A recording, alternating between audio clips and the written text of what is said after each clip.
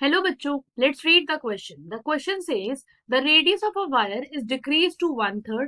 If volume remains the same, the length will be increased. देखिए आपसे कह रहे हैं कि जो रेडियस है एक वायर का वो कितना है, वो डिक्रीज हो जा रहा है 1/3। ओके, आपसे इतना बता दिया गया।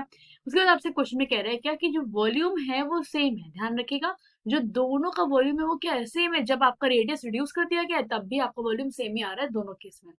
तो आपसे कह रहे हैं जो लेंथ है वो कितना बढ़ जाएगा। ठीक है, आपको ये बताना है। तो ये समझते कैसे करेंगे। सबसे पहले आपको ये देखना है जो वायर का शेप होता है वो कैसा होता है, सिलिंड्रिकल होता है। ठीक है, इतना तो आपको समझ में आ गया। अब आप क्या करेंगे, आप सबसे पहले लिखेंगे कि फॉर फर्स्ट केस। ठीक है, फर्स्ट केस के लिए आप क्या देख रहे हैं कि यहाँ पे जो आपका रेडियस हो जाएगा, we will write R and H1, okay, be the radius and height, okay, height of the cylindrical wire.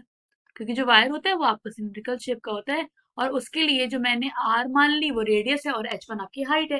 तो इसके अकॉर्डिंग अगर आप बोलेंगे तो यहाँ पे वॉल्यूम कितना हो जाएगा, वॉल्यूम हो जाएगा पाई आर स्क्वायर H1, क्योंकि हाइट कितनी है, H1 है। अब इसे आप मार्क कर सकते हैं equation number 1।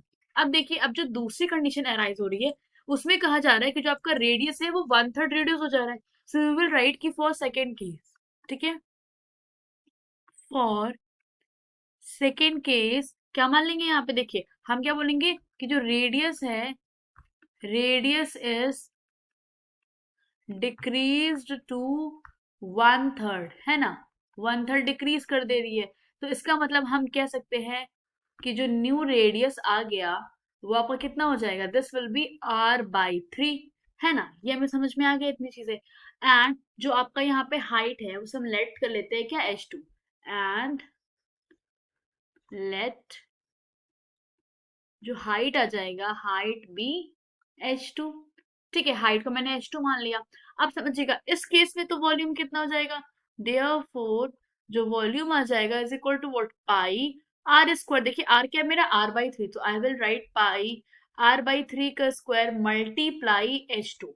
This is what, this is condition. यहाँ पे क्वेश्चन नंबर 2 लिख लेंगे। क्यों, एक से मुझे ये मिला, एक से मुझे मिला, बट अकॉर्डिंग टू क्वेश्चन क्या आपसे कह रहा है कि both the volumes are same, so we can easily write कि equation 2 will be equation equal to equation number 1।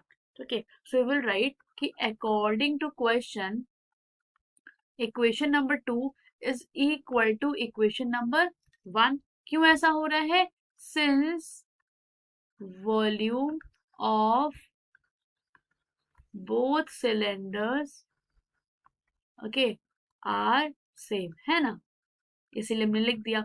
अब देखिए पहले केस में आपको यहाँ से क्या मिला था, आपको यहाँ से मिला है पाई आर स्क्वायर एच। देखिए जो आपको मिला वो आप सीधे यहाँ पे लिख लेंगे। क्या हो जाएगा, देखिए यहाँ पे पाई आर स्क्वायर H1, यहाँ मुझे मिल जाएगा पाई R/3 का स्क्वायर एंड यहाँ पे H2। अब यहाँ मुझे मिलेगा, देखिए पाई आर स्क्वायर H1, यहाँ से मुझे मिल जाएगा पाई आर स्क्वायर अपॉन 9, क्योंकि 3 का स्क्वायर और मल्टीप्लीकेशन H2। अब आप देख सकते हैं पाई पाई कैंसल आउट हो रहा है, आर स्क्वायर कट हो गया। तो मुझे मिला क्या, मुझे एट लास्ट मिल गया H1 is equal to H2/9। This indicates what, H2 will be equal to 9H1। तो आपको क्या दिख गया, जो ओरिजिनल हाइट थी, जो ओरिजिनल लेंथ आप कह सकते हैं वायर की थी, उसका 9 गुना हो गया है आपका नया वाला लेंथ। तो आई कैन इजिली राइट कि सो जो लेंथ है कितना हो जा रहा है, लेंथ बिकम्स, जो आपसे क्वेश्चन में आपसे कहा ना कि लेंथ 3 टाइम्स बन जा रहा है, तो will write length will become 9 times, okay, of original length, okay, and this will be the answer। तो हमें क्लियर क्या हो गया यहाँ से, आप देख सकते हैं हमें ये समझ में आ गया कि आपका यहाँ पे 9 टाइम्स हो जाएगा। अब जैसा कि क्वेश्चन में आपको क्या दिया गया था, ब्लैंक दिया गया था, तो आइए ब्लैंक में देख लेते हैं हम यहाँ पे क्या फिलअप कर लेंगे। Here we will write increased 9 times, okay, and this is your final answer। So hope you all understood it well. Best of luck. Thank you.